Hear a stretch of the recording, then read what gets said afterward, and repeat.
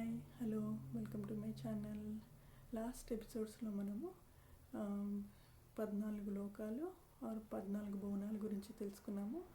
అలాగే ఇవాల్టి ఎపిసోడ్లో మనము మల్టీవర్స్ లేదా బహుళ విశ్వాల గురించి తెలుసుకుందాము. మనకి తెలుసు కదా, యూనివర్స్ వచ్చేసి 14.8 బిలియన్ ఇయర్స్ ఓల్డ్ అని, అట్లాగే ఎర్త్ వచ్చేసి అంటే భూమి వచ్చేసి 4.5 బిలియన్ ఇయర్స్ ఓల్డ్ అని మనకి క్యాలిక్యులేషన్స్ ద్వారా తెలుసు. మరి ఎందుకు ఈ మల్టీవర్స్ గురించి తెలుసుకోవాలి అంటే, మనము 14 లోకాల ఎపిసోడ్స్లో చెప్పుకున్నాం కదా, ఒక లోకంలో ఒక భువనంలో ఉన్న వాళ్ళు ఇంకో భువనానికి వెళ్ళగలరు. సో అది ఎట్లాగా అని మనము ఒక చిన్న ఎగ్జాంపుల్ ద్వారా తెలుసుకుందాము. త్రేతాయుగంలో రాముల వారు ఆంజనేయ స్వామికి మధ్య జరిగిన సంఘటన ఇది.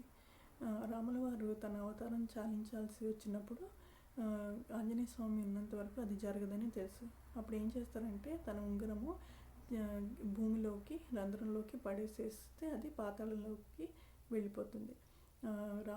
రాముల వారు ఆంజనేయ స్వామి హనుమ ఆ ఉంగరం తీసుకురా అనగానే హనుమాన్ చిన్న క్రీచర్గా మారి చిన్న అవతారం తీసుకుని వెళ్ళిపోయి కింద ఉన్న పాతాళ లోకంలో ఉన్న వాసుకిని కలవంగానే వాసుకి అంటుంది, ఏ హనుమ నువ్వు ఉంగరం కోసం వచ్చావా అని అడుగుతుంది.